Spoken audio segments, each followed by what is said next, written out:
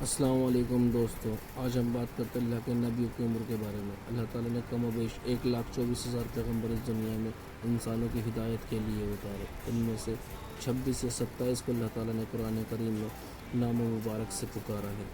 انہی کے انبیوں کی عمر کے بارے میں بات کرتے ہیں، جو کہ تفسیر میں یا حدیثوں میں جن کی عمر کا ذکر آیا ہے۔ اس میں سب سے پہلے نمبر پر آتے ہیں حضرت آدم علیہ السلام، جن کی عمر 1000 سال تھی۔ دوسرے نمبر پر آتے ہیں حضرت نوح علیہ السلام، جن کی عمر 1600 سال تھی۔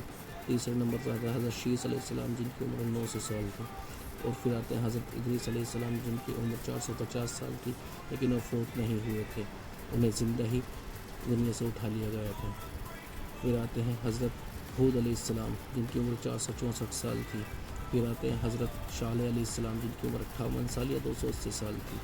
پھر آتے ہیں حضرت ابراہیم علیہ السلام، جن کی عمر 175 سال تھی۔ پھر آتے ہیں حضرت اسماعیل علیہ السلام، جن کی عمر 130 سال تھی۔ پھر آتے ہیں حضرت اسحاق علیہ السلام، جن کی عمر 180 سال تھی۔ پھر آتے ہیں حضرت یعقوب علیہ السلام، جن کی عمر 133 سال تھی۔ پھر آتے ہیں حضرت یوسف علیہ السلام، جن کی عمر 120 سال تھی۔ پھر آتے ہیں حضرت ایوب علیہ السلام، جن کی عمر 63 یا 93 سال تھی۔ پھر آتے ہیں حضرت شعیب علیہ السلام، جن کی عمر 140 سال تھی۔ پھر آتے ہیں حضرت موسیٰ علیہ السلام، جن کی عمر 120 سال تھی۔ پھر آتے ہیں حضرت ہارون علیہ السلام، جن کی عمر 124 سال تھی۔ پھر آتے ہیں حضرت یوشع علیہ السلام، جن کی عمر 126 سال تھی۔ پھر آتے ہیں حضرت داؤد علیہ السلام، جن کی عمر 100 سال تھی۔ پھر آتے ہیں حضرت سلیمان علیہ السلام، جن کی عمر 53 سال تھی۔